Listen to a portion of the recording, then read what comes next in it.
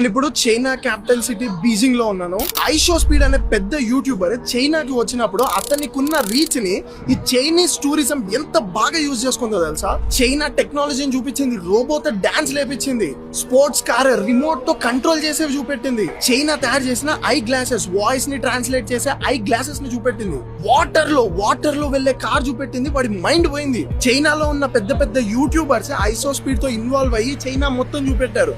And president కొడుకు కూడా personal గా ఇన్వాల్వ్ అయ్యారు. మొత్తం గవర్నమెంట్ ఐషో స్పీడ్ కి సపోర్ట్ చేసింది. మొత్తం ఆ టూరిజం ని ఎక్స్ప్లోర్ చేయడానికి మొత్తం చైనాని చూపించి టూరిజం ని బూస్ట్ చేసుకుంది.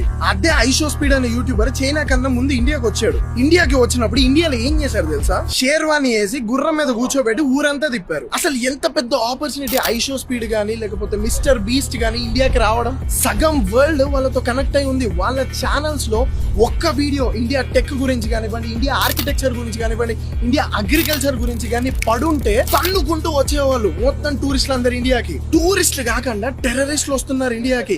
ఒకవేళ టూరిస్టులు వస్తే డోంట్ విజిట్ ఇండియా అని చెప్పేసి వాళ్ళు యూట్యూబ్ వీడియోస్ చేస్తున్నారు. వెళ్ళి చూడండి. వీటి మీద ఎన్నో వ్లాగ్స్ చేశాను, మోర్ ఆఫ్ జే ఛానల్లో ఉంటాయి, వెళ్ళి చూడండి. ఇఫ్ మీరు చూడలేకపోతే 10 years వెనక పడిపోతుంది ఇండియా.